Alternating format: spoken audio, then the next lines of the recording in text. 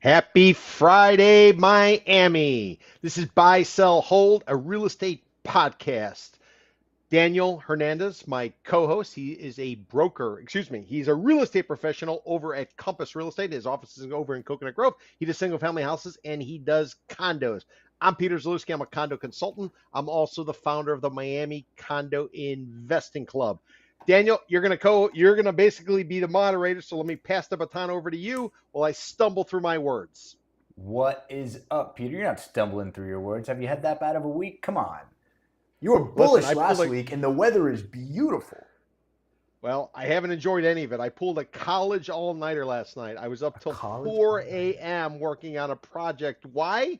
Because we're at the end of October. Once we go to November, in my world, that becomes the winter buying season. So I'm trying to get everything done because once November 1st comes, I Woo! don't look back. I fasten that seatbelt and I hold on because I think it's going to be a very busy winter. So just grinding my way through till November the 1st. I thought you just launched another podcast. You're doing another podcast now, aren't you? Condo I'm going to be capitalism. doing 5 podcasts, one every I week. don't. Because what I I'm don't finding feel is that special anymore, Pete.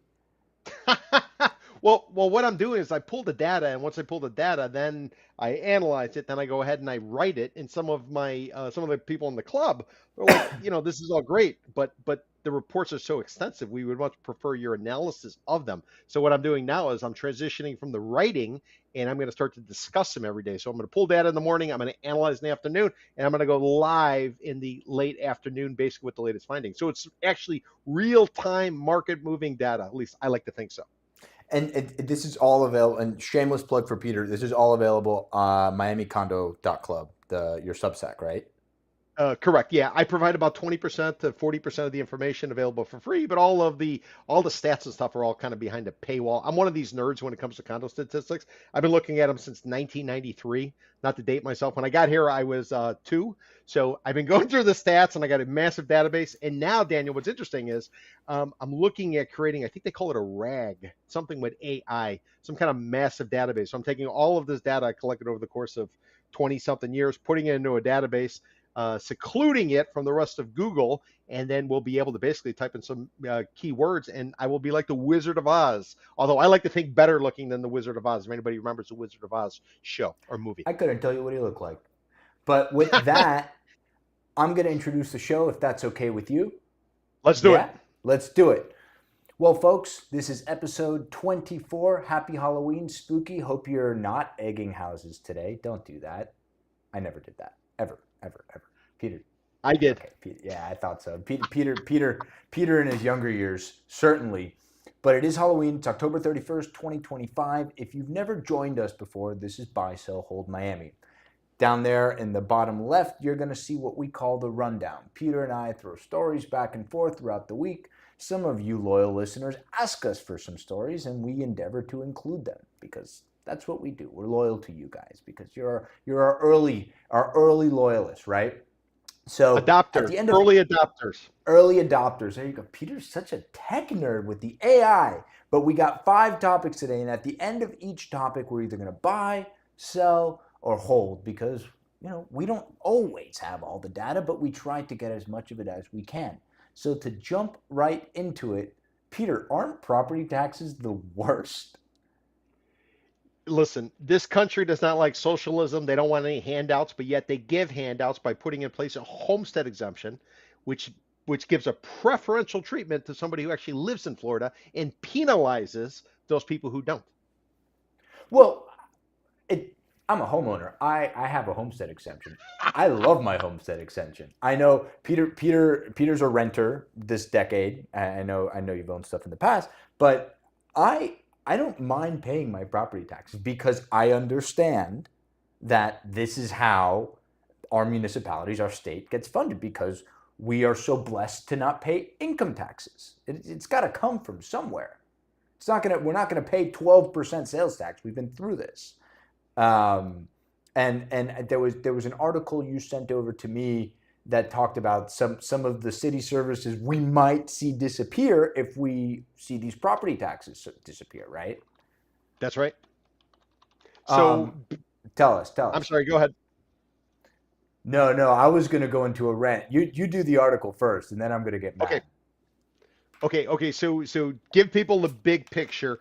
generally speaking, in my opinion, simplified, when you pay your property taxes every year, a third gets peeled off for the school board, a third gets peeled off for the county, and a third gets peeled off for the city in which you live. And that is a primary funder of the coffers. So the different entities can go ahead and spend money and do what's necessary to sort of keep this society going. Well, there's a movement coming out of Tallahassee being led by outgoing Governor Ron DeSantis, who some would say is a lame duck right now because he can't get reelected. So there's a movement basically put on the ballot next year, a referendum that would eliminate property taxes. So if you look at the average condo price, let's ballpark it at $600,000, and you say 2% property tax, you're looking at 12 G's a year or $1,000 a month as part of your burn. And what Governor DeSantis wants to do, and what the movement is towards, and what the momentum they're trying to build is to eliminate that property tax only for those people who are homesteaded. So Daniel would be someone like you who gets to claim this homestead exemption. And because of the homestead exemption, they get some kind of preferential treatment in that their value of that 2% property tax, it's going to be capped. It's only going to grow up grow 3% a year. incrementally. Yeah, or inflation, but whichever's lower. So we all know right now inflation's coming in at 3%, so it's basically a push. But during the pandemic, it was 9.1%. So just think about that savings. So we have this certain sector of Florida that is a primary user, and they basically are getting subsidized. They're paying a lower tax, and who's subsidizing it? It's all the out-of-towners, the second home buyers, and everybody else who's coming in. So the movement again is to try to benefit the primary user who owns, penalize a renter, which is what I am, and basically have everybody else pay to give an easier ride for homesteaders like Daniel. Now, I'm not criticizing Daniel. I'm just saying those are the rules of engagement. I'm happy to pay my property taxes. And by the way, if you don't have it homesteaded, the cap is 10. So they can reappraise your property taxably. They can reappraise it and up that taxable value by up to 10% a year. So in boom times like during the pandemic for the last 4 years, I think virtually every property in any desirable neighborhood has just gone up 10%, 10%, 10%, 10%. It's a lot.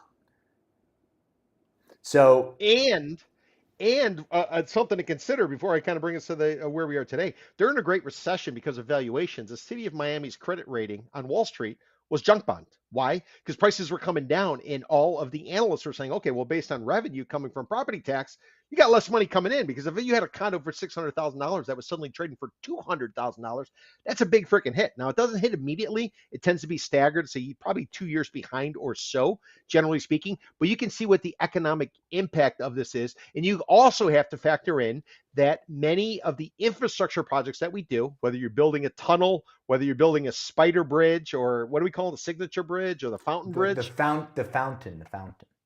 Yeah, well, a lot of things. I don't know that the bridge is, but let's just say a lot of things are funded by property taxes. Now, you suddenly eliminate property tax. What is the funding source for all of these bonds that are out there? Well, according to mayoral candidate Emilio Gonzalez, he'll come out and tell you that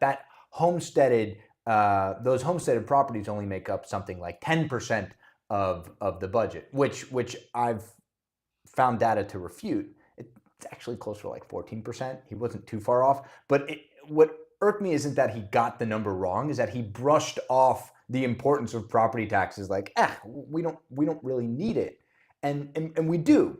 And we're going to show you now because of the wonderful things he does. Damn, you got the Wizard of Oz stuck in my head. Wizard of Oz. Where's Dorothy? Why are we looking at Julia? There we go.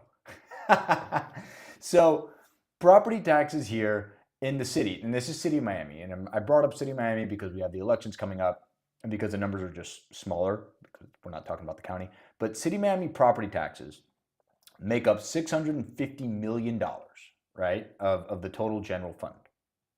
It's 52%.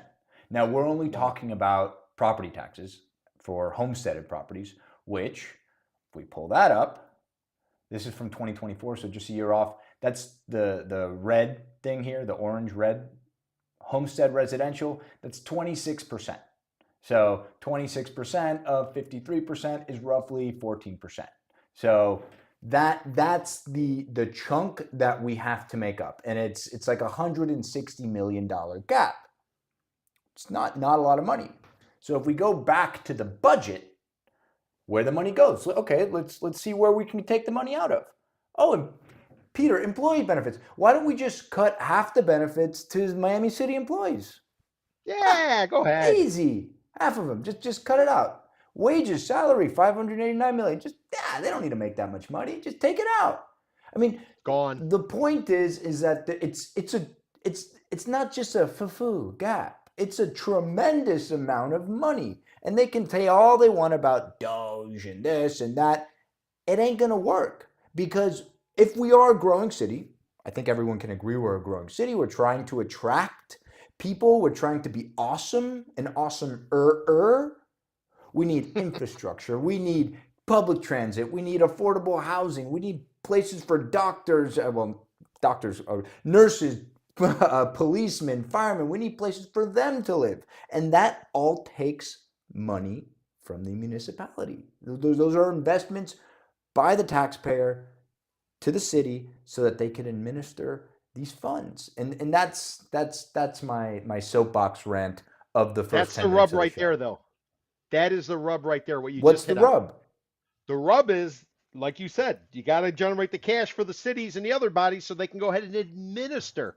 This is ultimately what it comes down to, in my opinion. This is about stripping away the local power, putting it in the hands of Tallahassee, and having Tallahassee decide, you've been good, you support my political strategies. I'm therefore going to give you cash, and you haven't been good. Therefore, we're going to have to question you about It, some of this it, type of it stuff. totally strips the power away. And we talked a bit about SB 180 last week Yes, about the UDB. the Bal mangroves Harbor, and everything else. Yep. yeah, Bal Harbor has joined the lawsuit suing against the state. I mean, so it's not just Homestead and Pinecrest and all these far out there. Bell Harbor, that's like the middle of a property tax growth appreciation in the last several years. So everybody is pissed off about this. And it goes right in line with what you're saying, Pete. It's removing power from the most local level and putting it back up into Tallahassee. Now, can I pile on here? Pile I away. Okay. I just want to throw this out as a tidbit. By the way, if you eliminated Homestead and all these people who bought houses back in 1990 and they paid 125 grand and they're now worth $1 million, if you were to price them at what the current value is, you'd probably make up a shortfall. I'm Well, just saying. there have been look. There's going to be a million ways to skin this cat. Yep. There was a proposal to bring it up. Like the minimum baseline would be the median household value, right? So if you had a condo, the lowest basis you could possibly pay even if you've owned it for forever, they would reset it from 30,000 to 420,000. And yeah, like it's going to sting a lot of people, but it would make up a significant shortfall. It would also lead to those people who bought their places a long time ago, and they're simply staying there. They don't need the room. They're staying there because to go anywhere else would be much more expensive. So it basically would clean out the market. But that's not the point I want to make. The point I want to make is everybody who's asked about property taxes, Daniel, they say what you say. And what am I basing this on? I'm basing this on I listen to WLRN, the NPR affiliate. They always do a program on Friday. They have call-ins. Every time property taxes come up, people say what you said, Daniel. They say, I don't mind paying the property tax. I know what the money's going for. What I mind paying is my insurance. The insurance is the Yeah, but the issue. insurance is private market. But that's the issue that come down to it. But let me tell you, we just did a series of reports over the course of the last 2 weeks. Came out of First Service Residential, very large property management company. They came out and they broke down throughout North America, 17 markets.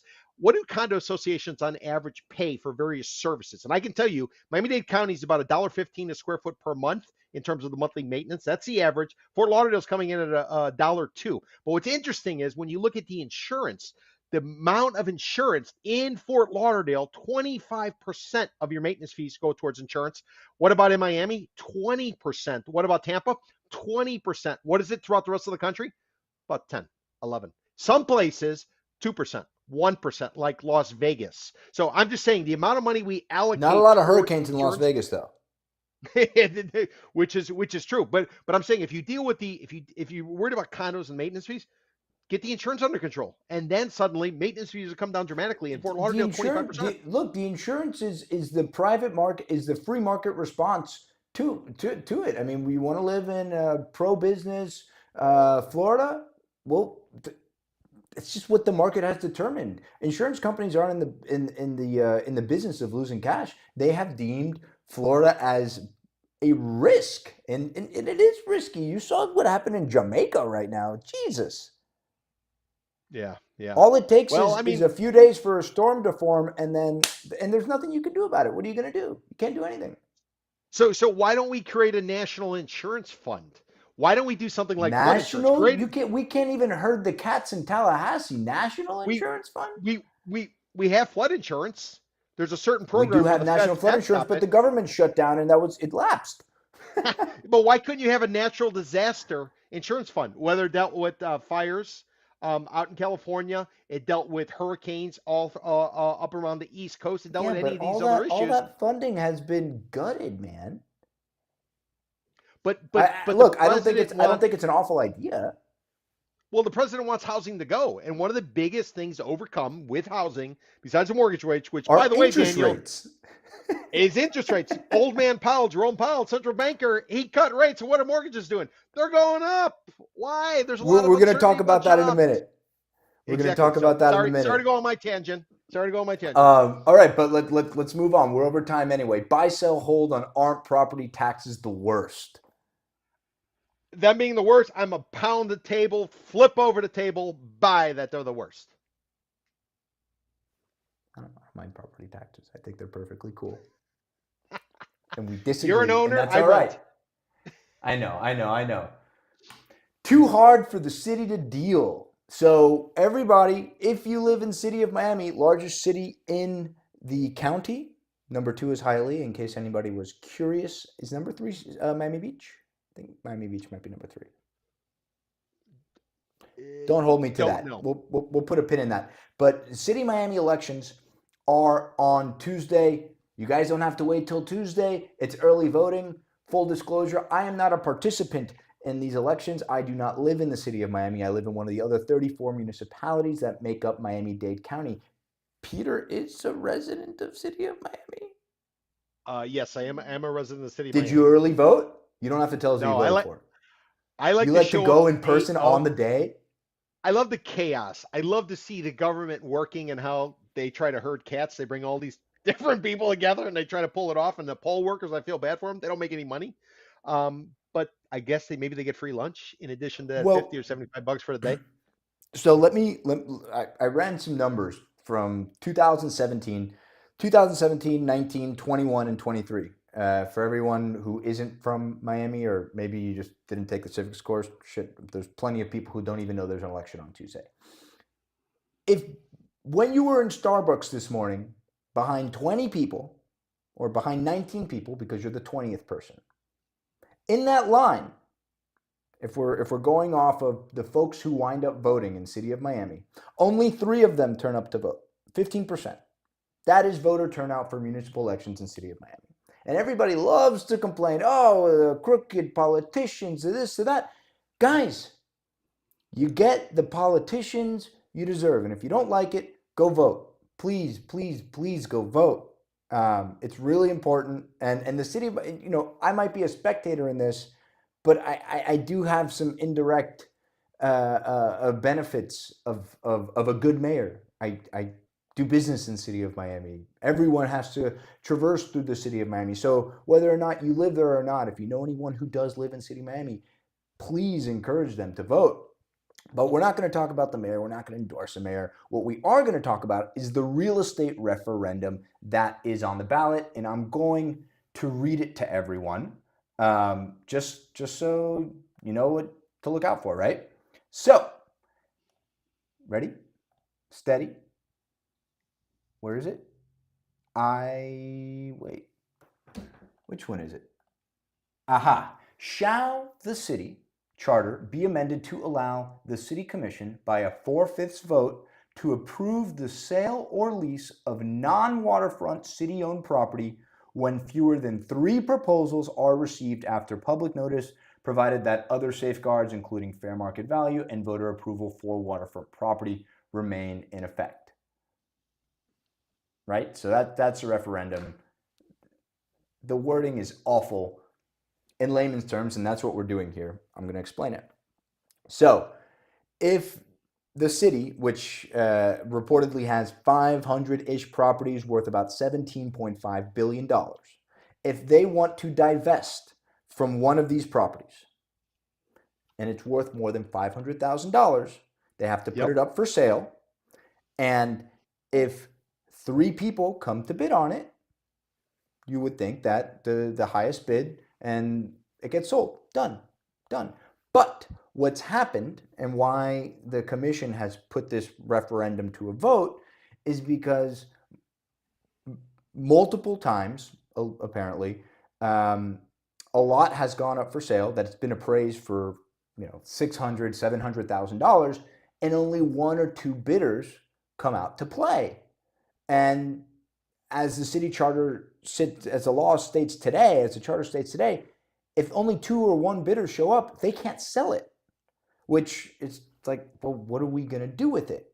And so when I first read about this, Peter, I was like, you know what? I would vote yes for this.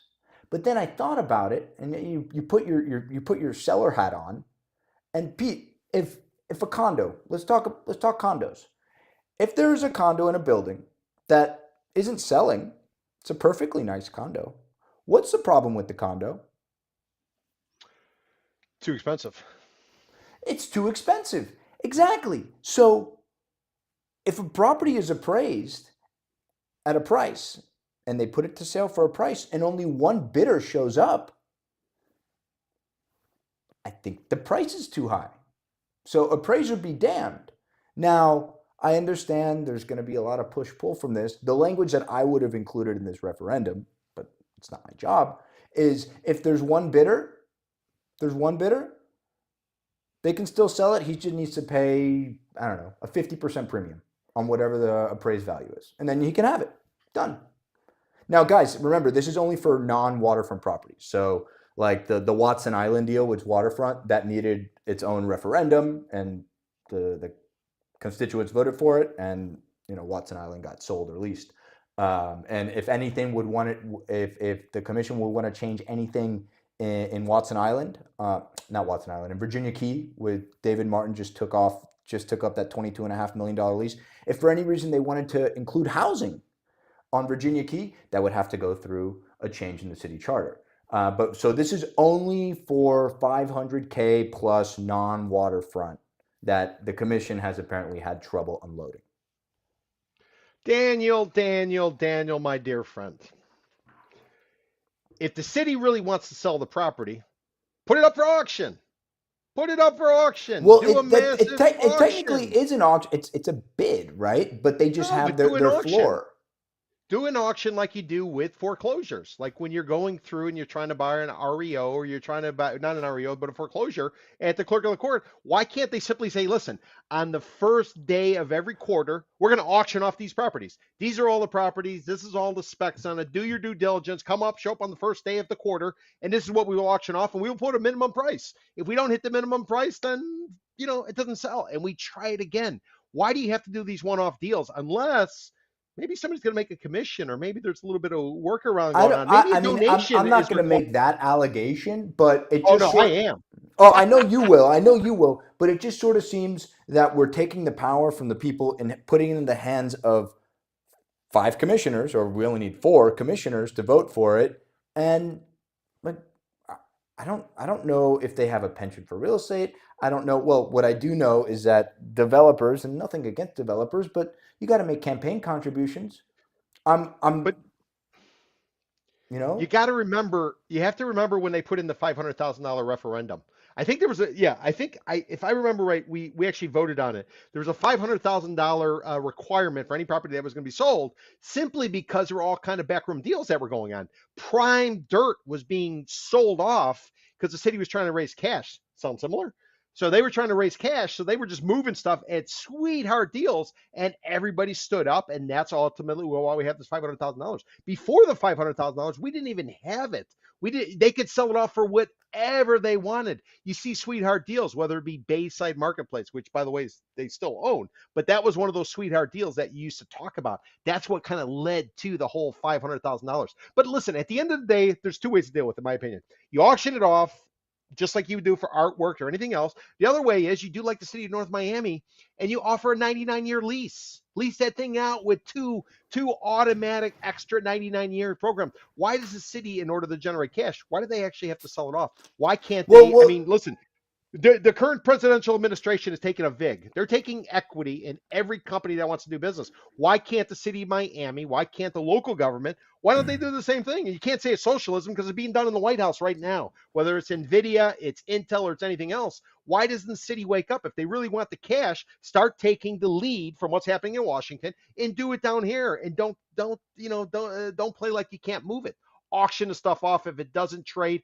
Sign a but I 99-year mean, what's lease the with difference between automatic renewal. what's the difference between an auction and a sale if the auction has a reserve price? Isn't the fair market value put up by the appraiser the reserve price? It's availability, it's information, it's making it widespread. If everybody's aware that this is going to be auctioned off, just like they know when you go and you bid at the clerk of the court or anybody else, like when they do the foreclosure auctions and stuff like that, people know. So if you're in the game or you're looking for opportunities, you know when it's going to So go on. you're just Now, saying it's a marketing and distribution problem.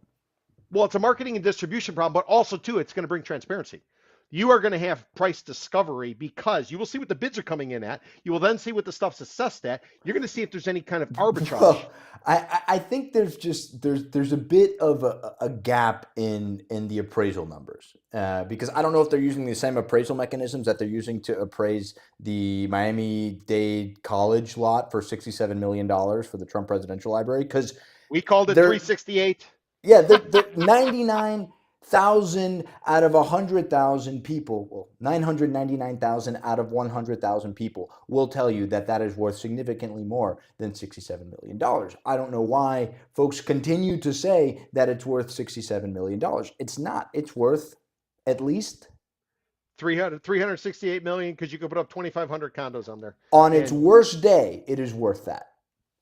yep, yep, So yep, yep, yep. if those same what I'm saying is that if those same appraisal mechanisms are used to appraise the rest of the city's portfolio, I think there's a problem. What would be the problem with an auction? What is the drawback? I mean, they do auctions. I mean, in fact, that's one way to generate interest. If you Well, they're don't have, doing if the you got auctions one bid, anyway. Why not just put those properties in the auctions they're doing anyway? There's foreclosure auctions all the time. and if you're telling me you got one bid and that's why we got to pass this because there's only one bid coming in, we need three. Well, you're obviously not marketing it to the appropriate people. Make it available if you really want to be transparent, or do you really want to be transparent? Or do you want to sort of only let the people in the know take a shot at it? Listen, if I'm in the know, I don't want any kind of light being turned on. Or like Jamie Dimon says, you turn on the light and all of a sudden you see all the roaches scatter. So this might really be what the rub is: the fact that they want to move it, but yet they don't want everybody to bid it up because certain people might be having a generous situation. World's smallest violin. I'm a sell. Hard sell, pound that table, flip it over. You know what I'm really excited about because it's changed so much in my business this week. Everybody was just their hair was on fire. Old man Powell, as you call him, lowered interest rates. He did. He Another did. It 25 was basis. wow. And you know what happened, Peter? The exact same thing that happened last month. The rates went down before, right? And then the 30-year fix jumped 20 basis points, the fastest rise we've seen since, well, he did that a month ago. And I want to peel the layer of the onion back on that and sort of explain why that's happening. So it's like deja vu, right, guys? The mortgage market moves ahead of the Fed because they're using the same data that the Fed uses to make decisions, right? So by the time Powell actually announces the cuts, lenders have already priced in that data and expectations that led to the cuts in the first place. That's why the cut itself doesn't pull mortgage rates any lower. I think the only thing that the Fed funds rate really affects is it's like a HELOC maybe, because that's like a private line of credit. That's not a mortgage. Yep. So bottom line, market's already moved by the time that happens, and so when it comes to mortgages, the Fed's announcement is like an encore. It makes it official. It's the buy on the rumor, sell on the news. When Old Man Powell comes out and gives that speech after the FOMC makes its decision, which is Federal Open Markets Committee, once those people vote and they decide what they're going to do with the interest rates, Old Man Powell comes out, makes the announcement, and takes questions from the press. So it just simply it's ceremonial, effectively, and they share insight as to about what's going forward. Daniel, one thing that was different this time than last time, remember he cut on the 17th of September. And what happened on the stock market? That stock market went up. Why? Because it was a policy pivot away from higher inflation and higher interest The rates jobs, right? to suddenly jobs and concerns about jobs. Why did the stock market fall after Old Man Powell made the announcement of cutting interest rates? Because he said the December rate cut, which many had locked in, it might not happen. Why might it not happen? Because the government shut down and there's no data available. Remember, they got two Well, mandates: they got the jobs and inflation data. inflation. They brought Well, the they got the inflation inflation data. data. They had to get everybody off the couch. They brought them back in to get your ass up, come Off back the in the couch? office. No, these federal employees they're doing DoorDash and Uber from what I'm reading. The air But they traffic had to take a look. controllers aren't going to work and they're doing DoorDash instead. They had to shut down Orlando International last night. And JFK was shut yesterday at But moment, that and I so think was that was weather Reagan. related, right? No, that's not what Bloomberg reporting. As well as Reagan National was also. It had moments. Reagan National in Um, Washington D.C., capital of the U.S. was Awesome. yeah. Bloomberg, because it was like one after another after another. I think it was like when they were changing shifts or something. I So think they probably got somebody David that. was delayed flying to New York last night by like 5 hours. Wow. Yeah. Wow. Hey, But we don't know if we're going to have a rate cut again in December because Powell says we don't have the data. We got data for the inflation numbers, but we don't have the job data. And if we're not getting this data, who the hell knows how this is going to play out? So it's a very uncertain market. But what we do know is some people in the mortgage industry, they're coming out. Some of these talking heads, they're coming out and say we might have a six handle on mortgage rates up till 2028. I heard really? that on an interview with CNBC. There was an interview with a representative from the mortgage industry talking about 2028. They think it's a solid 6%. It doesn't dip below that for a variety of different reasons, including the deficit. The deficit the United States is running. Because remember, when they go ahead and they sell these 10-year treasuries, uh, if it's predictable, everything is great, then you're going to go ahead and you're going to pay a lower price. But if there's more risk, you got to factor that in. So many of them, or some people, are saying six handle for quite some time going forward, while many have said you need a five handle to jumpstart real estate. Because remember, when interest rates go up, housing slows down. When interest rates go down, housing goes up. So right now, we really have a I've said the conundrum. 5% numbers is psychologically the barrier. Yeah. I'm with you on that. We I agreed would today? totally be with you on that. Yeah, I agree with Oh, you on a lot of no, we stuff. agreed on the last one. We agreed on the last one. All right, and I'm gonna cut this one short because this wasn't even supposed to be a full topic, and the next one is Peter's soapbox, and Nice. I'm queuing him up. I'm teeing you up for this. So Fed rate cut, big whoop. I'm buying because yeah, it didn't change much for me. Yeah, I'm going to sit on the sidelines on that because I don't know how this thing is going to break. It could break bad or it could break good. Fortunately, we're not going to know till the summer because there's no meeting in November. All Remember, right. three's a trend.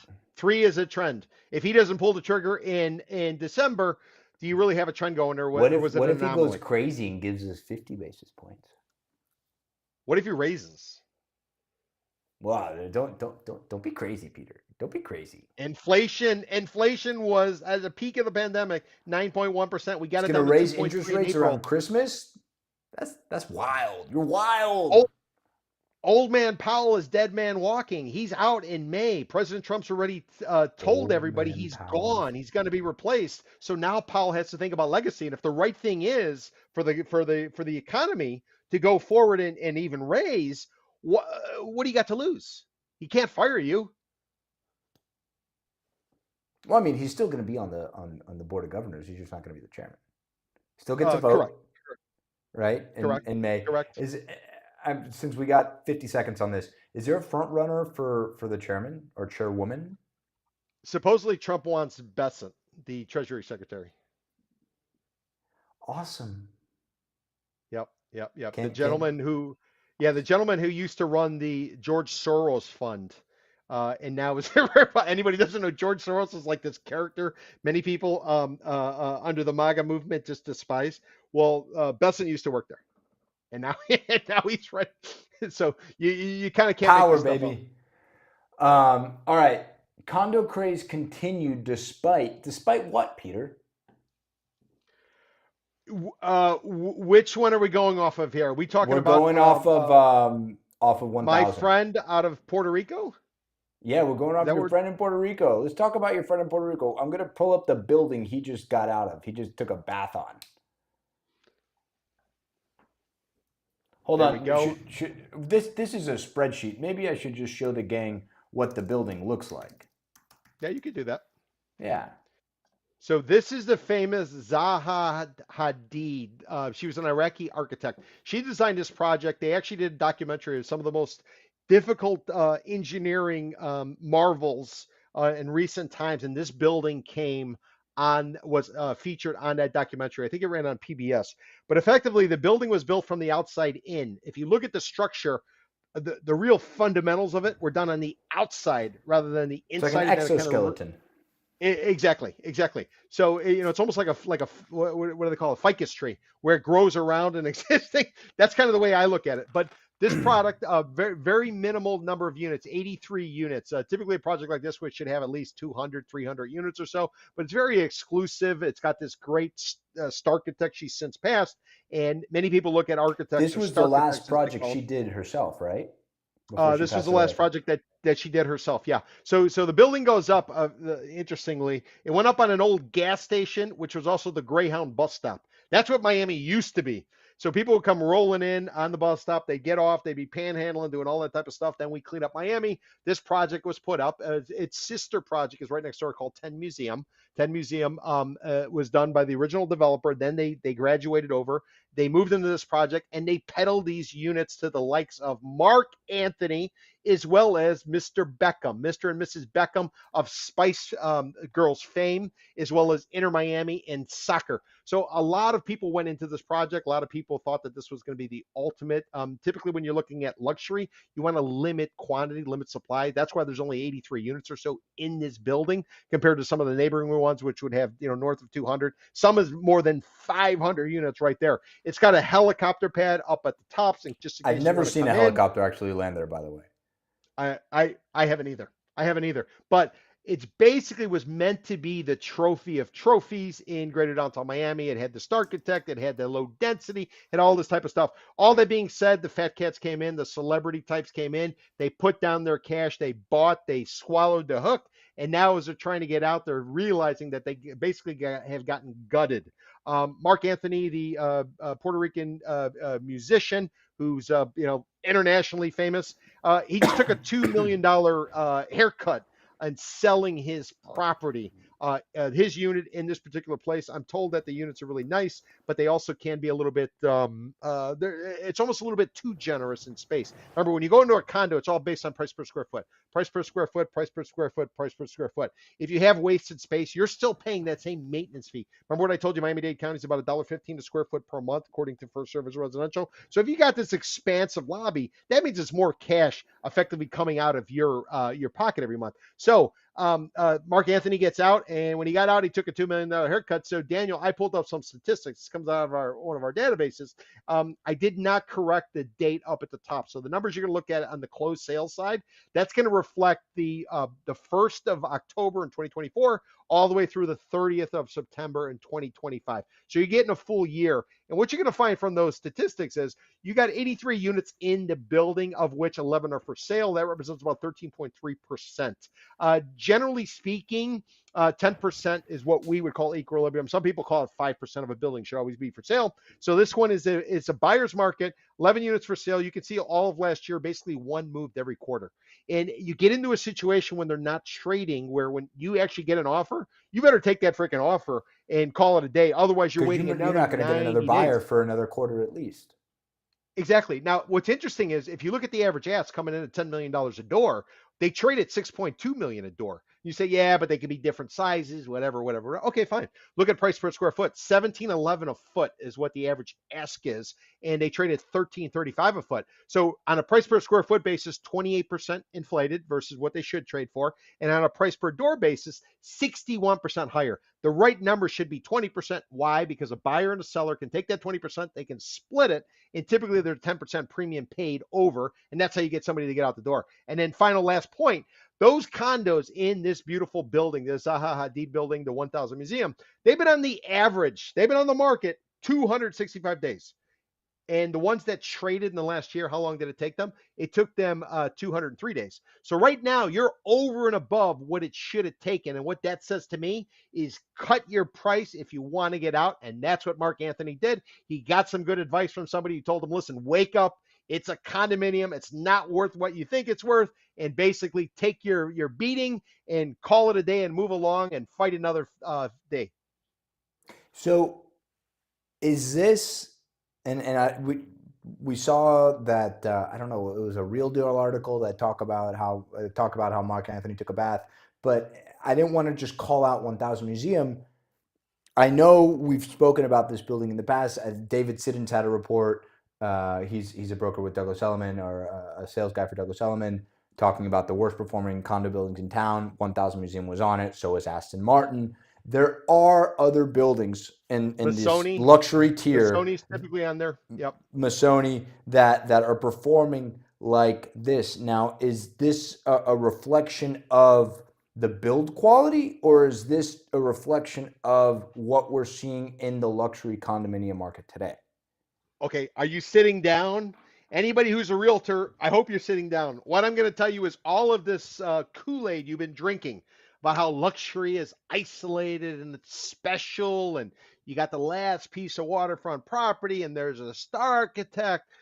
What I'm telling you is once a condo comes online, once it's delivered, it's like a used car. It's a commodity. It's going to be priced as a commodity, and all of that love and care you gave, all of the upgrades you made, you're not getting the money back once we get into a market like the market we are in today. In this central business district where this property is located, and that's going to be the MacArthur Causeway south of the river. It'll be the Biscayne Bay west to Interstate 95. You're going to find there's 2 years of supply.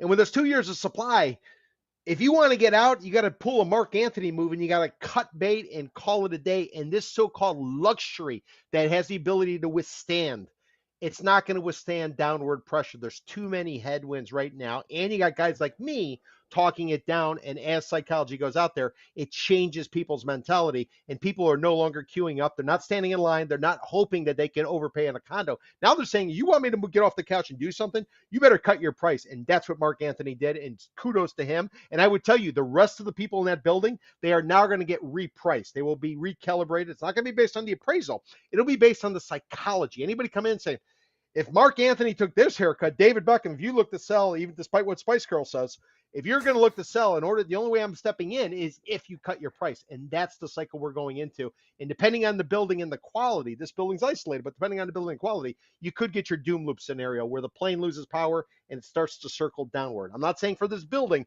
but these are how the stuff starts. This is a symbolic transaction that will have long-term repercussions. Why? Because we're talking about it, and so are others. So 1000 Museum, which is in the Central Business District, it's right across the street from the Kaseya Center, formerly known as the FTX, formerly known as the American Airlines Arena, where the Heat play.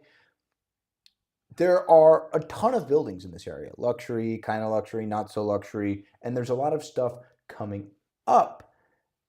I'd be curious to know, and I know you probably don't have this data pulled up right now, the Mr. C residences built by Terra, built by David Martin, who runs Terra, in Coconut Grove.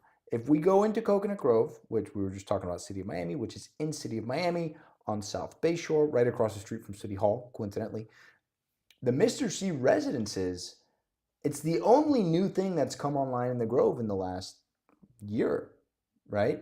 Prior to that, you had a boutique building called Glass House, spelled like the German spell house, Haus, right there on German. 27th.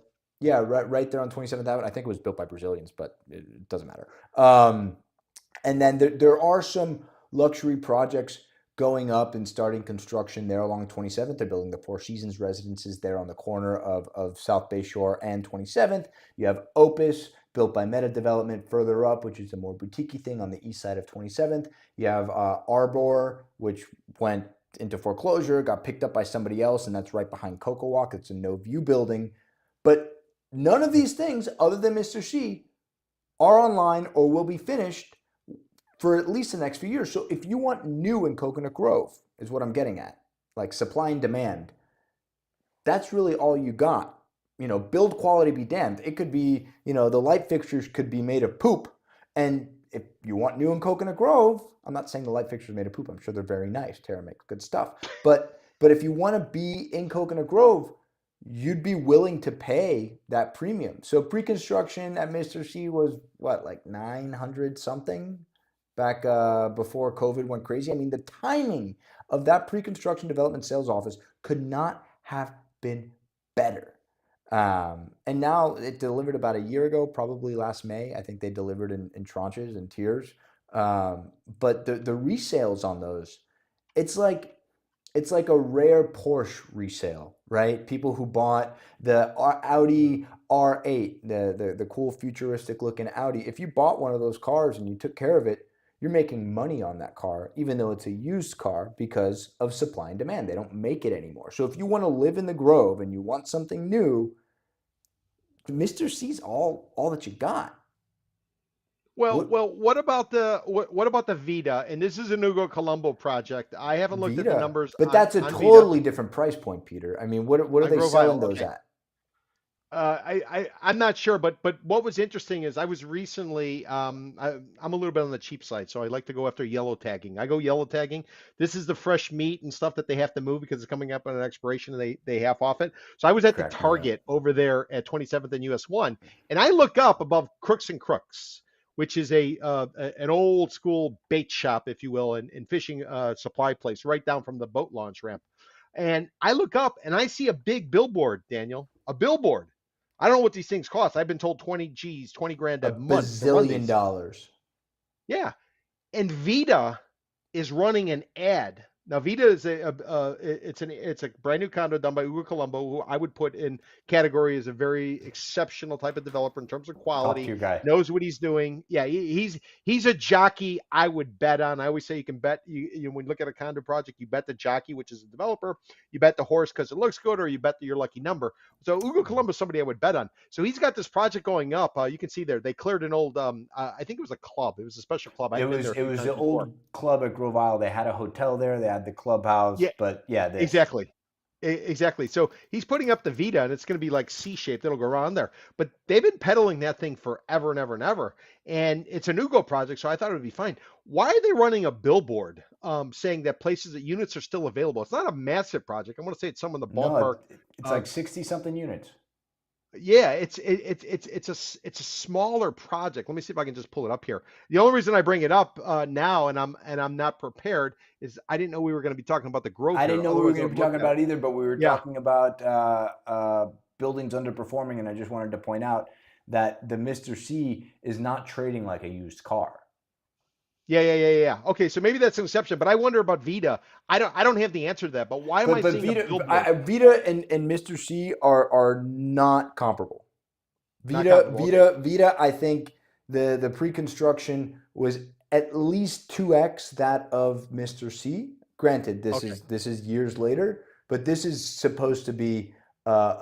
I think the high end penthouse here is going pre-construction for 20 something, like $21 million.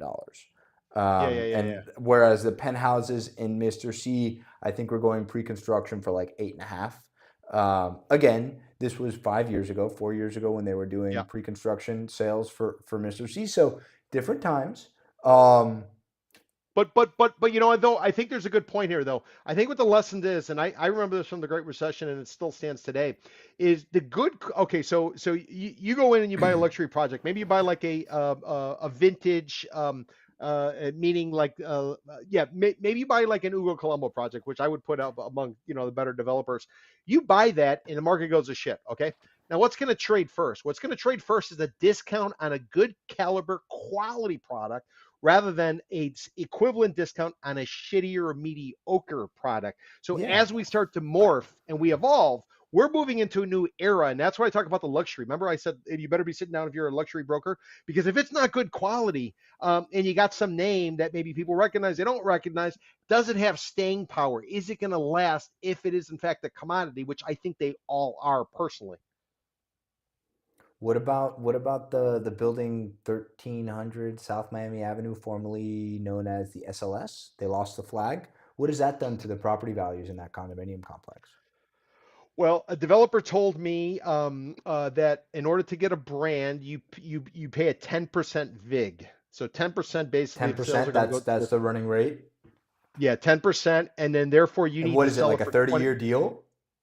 Yeah, it could be extended. It could be a variety of different things. But basically, so the developer I know, he paid a 10% VIG, and therefore he had to sell units for 20% more because he wanted to make sure that it was worth it. But what the brand does is it brings the attention, it brings the buyers. Now, when you get into somebody like an Ugo Colombo who does have a track record, He has his people are own going to basically. brand. Yeah. People are. He doesn't need a brand per se. It might add value, but it's not really going to do anything. Typically, when guys are chasing brands, and when I say guys, because many developers are men, when they're chasing a brand, they're trying to overcome something that they're lacking from a marketing perspective, is what I would say personally, generally Well, I speaking. mean, if there's going to be a hotel component on the property, the brand kind of goes hand in hand with that, right? Well, Like the if it's Mandarin got a, Oriental, perfect example. if it's got the kind of hotel component, but when it's a standalone, you need some way to overcome you got an issue and you need to overcome that issue. And typically the brand, the vanity aspect, or vanity, I guess would be the right Well, way to do it. that that That's what helps you that to brings overcome us it. right into our next topic. So buy, sell, hold on condo craze despite dot dot dot. I would be a sell on current pricing, depending on how the question's asked.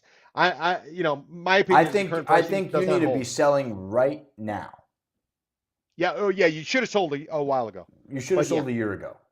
And Yeah. listen, if Mark Anthony is running for the door, you have no reason to think that He's prices are not going hurting up for anytime cash. I soon. don't think he is, unless he got another divorce. But that's neither here nor there. We're both sells on it. But so we're talking about the brands, and that was a great transition. Branded condos, branded condos. I like how you thread that needle, babe. Branded condos are not just for Miami. We've got branded condos everywhere. I mean, we got Bentley, Porsche. You go up to Sunny Isles, you see some crazy stuff, and we see it in Fort Lauderdale. So Fort Lauderdale, they don't really care about the Rolls Royce or the Bentleys. They do have them though. Fort Lauderdale is a yachting community. So the yachting brands, such as the Riva Residenziale. I'm not Italian. I can't pretend to say that on purpose. But it's the Riva Residenze. I don't know why I keep on doing this with my hand. That it's that Riva building, 20 stories, starts at $3.5 million. So you're not getting a discount for going to Broward at all, right? You should, but you're not. And you have St. Regis Bahia Mar, which is similar. I guess St. Regis signed a big deal with Related. So George Perez's kids, Nick and JP, are doing St. Regis in Brickell Avenue. That's kind of like their freshman project, and they're going with it. And they haven't said anything about the Indian remains that they found there back in June. I saw that That's the story first come thing out I thought once, of. and somebody just freaking squashed it. Squashed. We got to have that archaeologist on. What's his name? Yes, we do. 100% we do. And didn't the Miami Herald file a lawsuit, or weren't they doing something with Freedom of Information Act because so much of the information related to that site, where the St. Regis is going up on Brickell Avenue, so much of the information was restricted, and the Miami Herald was running it down. They don't have the same firepower they used to because many of the journalists have all called it a day and moved on to other places. But Well, the it's George something that's Perez important. Foundation does pay a journalist salary there, because I see it italicized at the bottom of like 1 out of 5 of the Herald articles in the small little It, paper that I get on my doorstep every day. if it's a legitimate journalist, they're not going to give two shits about it. I will tell you. I'm just Yeah. telling the facts. Yeah. No, it's But important for disclosure. so St. Regis by MR in Fort Lauderdale, They're trying to reimagine sort of a Monaco, just with, I guess, more T-shirt shops and 2-for-1 margarita specials. Fort Lauderdale's never going to be Monaco, guys. You can market it to fucking death. But anyway, Fort Lauderdale, big yachting community, a lot of big marinas, a lot of yacht clubs. I have family that lives in Fort Lauderdale, and they wouldn't step foot in Miami. I have clients who have come to Miami and they say, get me out of here. And they love Fort Lauderdale. They love Las Olas. They love Rocco's Tacos. They love all that. So it's a very different community and culture, despite being what, 35, 40 miles away? Oh, not even 20. So it used to be you went to Broward to get a deal. Now, with $3.5 million starting at a branded condo like Riva, which is the Italian boat manufacturer. I think they own Ferretti. I don't know anything about boats. They make big boats, and now they've apparently taken on a 10% vig, as you said, to lend their name to this condominium development. Who's building that Riva development? Who's the developer behind it? It says partnership includes Miami's Related Group. Oh, Is building a Related's mini. doing that? Oh no, I'm sorry. It says they're doing the Bahia Mar mini Monaco at Bahia Yeah, Mar, yeah. which is St. like Regis marina. Bahia Mar is Related, but who's doing the Riva Residenze? Oh, this was Oshrat. Oshrat was recently on my podcast. Yeah, she's a reporter. Used to be at Bloomberg. She's moved down here and is based out of Boca Raton now. I don't see the name. It must not be anybody recognizable because I'm not seeing the name up top. Who'd allow Uh, them to write about the building without mentioning their own development company's name? I But do what see what a Yeah, I was gonna say I see an analyst out of New York who does a lot of work with Douglas Elliman, so he must be the shill that's pitching it. while Um, while you're looking for it, I just want to point out, so luxury in Broward, right?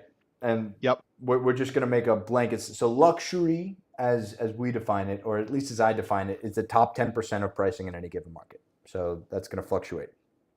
So in Q2 of 2020, the luxury condo threshold in Fort Lauderdale was 950K. Okay. 5 years I, I, later, I, I always call it a million. For me, if it's $1 million is luxury, although I need to change that, no, but but I'm, it's I'm always just been a saying, million. like, of relative Yeah. sales. Okay. So Okay. Okay. relative Fair enough. sales, if you take like the top 10% of the barrel, that Yep. top 10% of those sales in Fort Lauderdale were Yep. it was 950K. 5 years later, Q2 of 2025, the top 10% of the barrel for sales is now 1.45 million in Fort Lauderdale. So that's a 53% increase in 5 years. So again, and I got to say it till I'm blue in the face, Fort Lauderdale isn't the deal that it was anymore. I don't know if they're just building better product, if their developers are getting greedy, if dirt's getting more expensive. Probably a combination of all of that. But with the entrance of these brands coming in and developers paying out what Peter says is a 10% vig to attract brands to come in to market their products, I mean, they need to be selling for these prices. Well. Sort of. Follow the history. So the history was back in the day.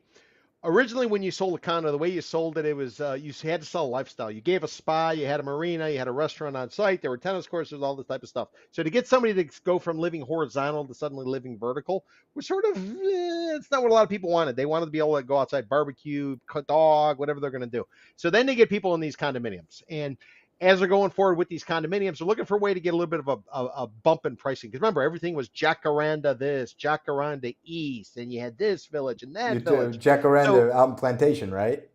yeah, exactly. There's always like a jacaranda or there's something. So I would venture to guess the people who brought branding to the South Florida condo market, my perspective, was Gil Deser and his old man Michael. So Michael and Gil come down here. They're newbie developers. They're going to go ahead and they put up their first project called the Trump International Sonesta, right across from the Burger King over in Sunny Hills Beach. And then Donald Trump at the time is running The Apprentice. He's on the TV show firing everybody before he becomes president, and he's holding tryouts actually for his apprentice program there, and they're marketing the condos. They go forward, they built those 3 condos, they then follow suit, they put up another 3. This time they bring in George Perez of the Related Group. They start doing it. So Gil Desert and Michael Desert his father, I would credit with doing that. They're then the first one to roll out the whole Porsche.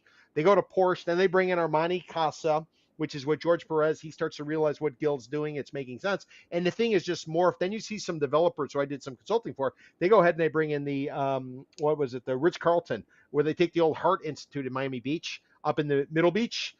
They take the old Heart Institute, they reposition it, they build a Ritz-Carlton there, which is no longer just a hotel. So then it starts to spread. But if you ask me, it all goes back to Gil Deser and Michael Deser because they were having trouble moving product at the price that they wanted, So, in my opinion. And they need to be able to market to a particular person. So when you take on a brand, you are immediately trying to announce to the world, this is who my clientele is, this which is is for all fine and you. great. Yeah, this Right. is for you, which is all fine and well. But here's the catch.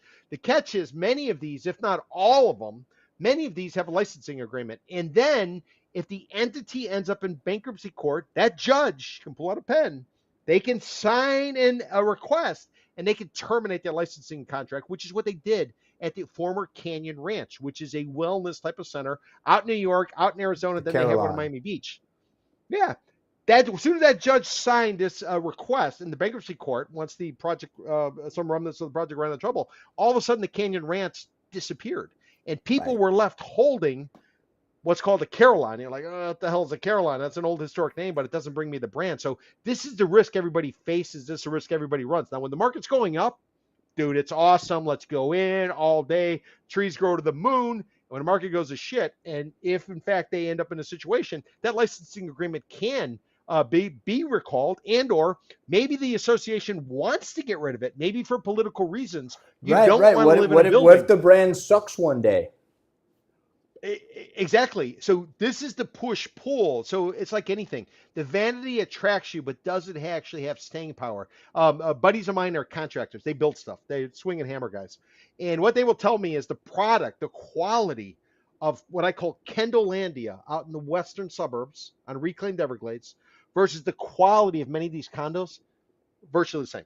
The only thing that's different is the dirt as well as the branding obviously, and then some of the finishes that they put in there. But everyone, it's the same freaking drywall, same drywall. Whether you're Right. getting it at Shell Lumber over in Coconut Grove or you're getting it at Home Depot, it's the same type of stuff. So where do you really get the value? The value is perceived, and that's where the market. Well, That's why marketing is so critical. it's marketing. It's marketing. Yeah, it's all marketing. This is the marketing spread, and that's why the developer friend of mine told me he paid a 10% vig, and therefore they're able to charge 20% more because certain people will be So attracted that that that was what name. I was going to ask you. If I'm paying a 10% vig, Yep. then what's my gain on top of that vig? If I got to be making at least a 20% premium to make up for that 10% vig.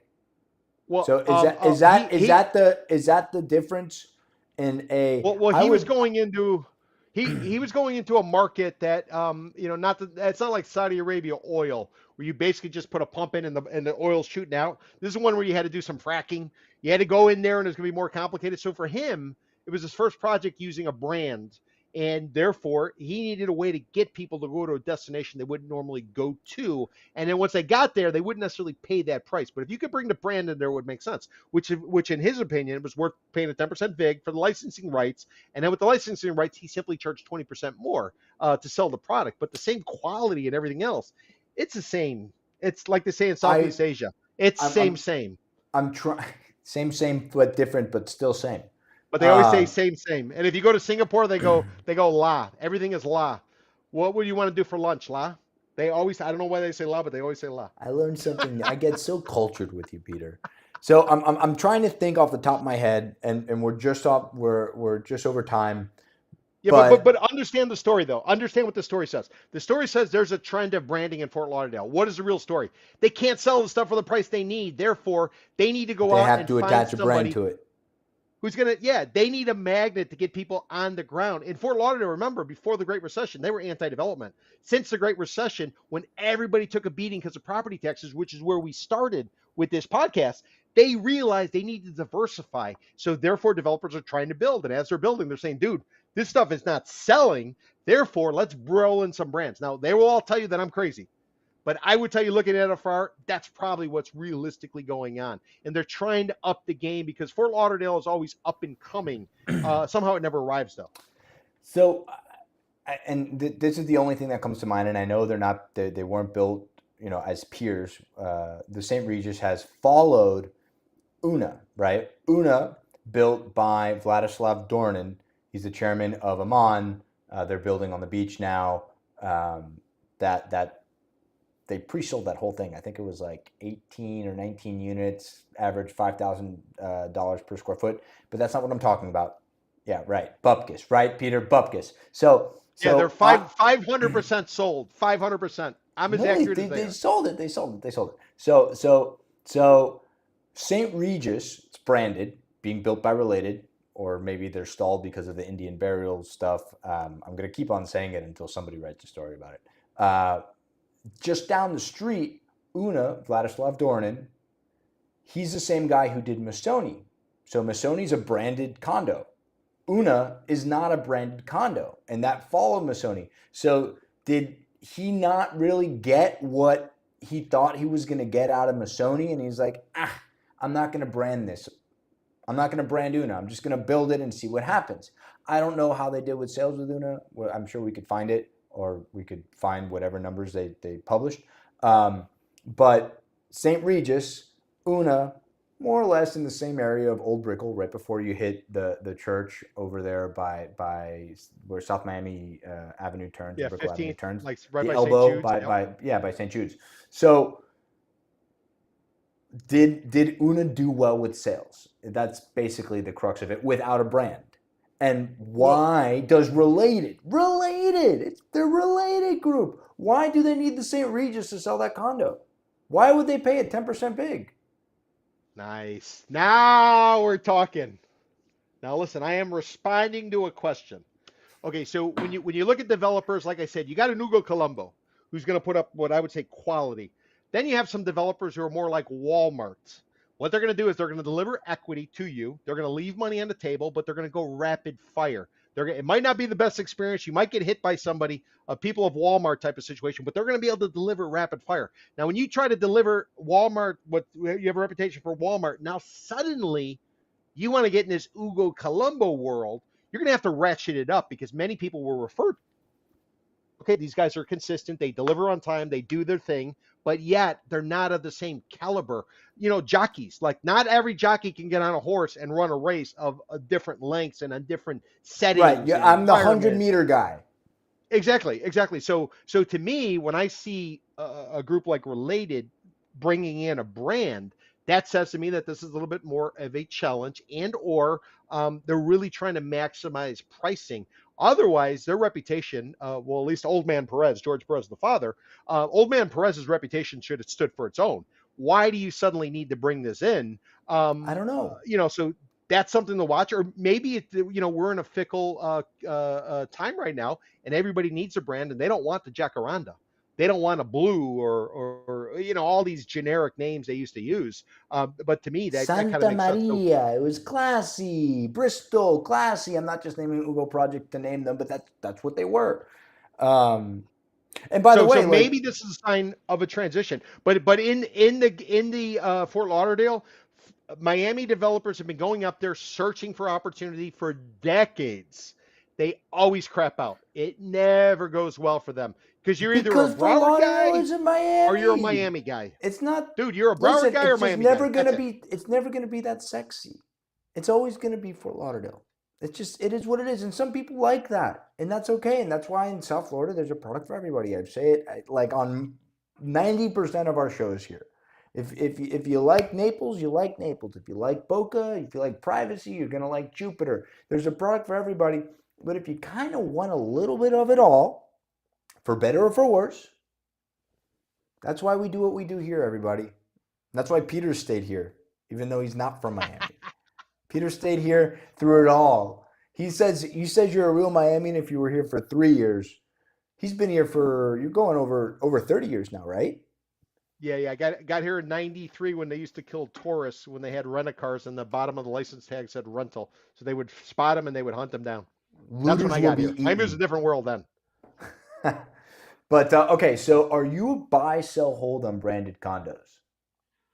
Um, I guess I would be a buy under the current climate because we're very vanity oriented and we're creature comforts. I think if we have a good recession, I would be pounding the table sell. But right now, people are still chasing perceived value because of marketing. So I would have to be a buy, even though in my heart of hearts, I know it's just a sucker's bet because it's only a licensing agreement that can't disappear. Okay, Peter's a buy. I'm going to ask Peter one more question, then I'm going to let everybody go because I know we're 10 over. But are there branded condos where the brand actually puts something forward other than just the licensing agreement? Like, do they contribute in any sort of way?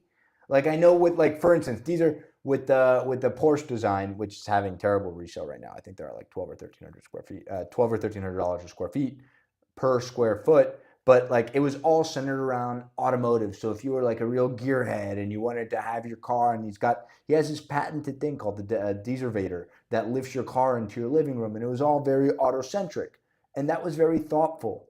But if it's just like the Boopy Peepee building, insert brand here, and it's not really true to the brand, like Porsche, I think the building is true to the Porsche brand.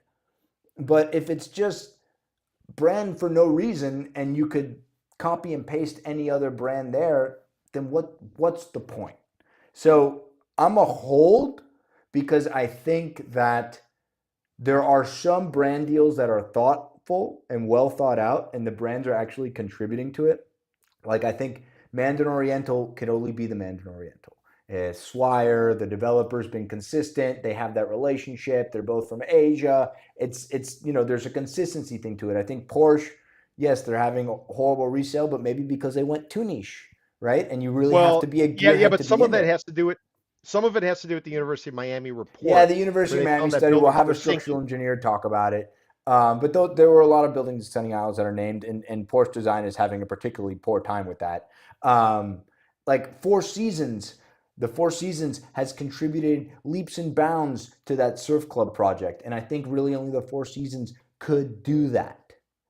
Um, so that's I mean, why it's I'm a a hold. silo, Daniel. Daniel, it's a silo. All of these brands are basically which silo are you in? I mean, are we going to get to the point where maybe we have The Burger King, the McDonald's condo tower. I don't know if it'll be great quality, but they'll be awesome chicken nuggets. Would the Shake Shack building be better than the McDonald's building? That's all I want to know. You know, what about we could pull this thread all what day. what do they call it? Skinny Louie's. It would just The be Skinny greasy bag Lou's. of crap. Maybe we can have the Ozempic building. Let's get an Ozempic building going. We could take this thing in all kinds of directions. We could have the Train Air Conditioning Company building. It's the coldest building around. Well, I mean, we could do Estee Lauder building. You go in this building as part of your maintenance Smells fee. You really get nice. free. All right, everybody. That is episode 24 of Buy, Sell, Hold Miami. Thank you, everyone, for joining. My name is Daniel Hernandez. I'm a realtor with Compass. We're on top of Monty's in Coconut Grove. And to my right, but your left side of the screen, is my co-host and friend Peter Zalewski of the Miami Condo Club.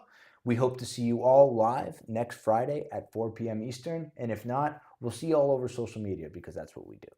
Have a good one, everybody.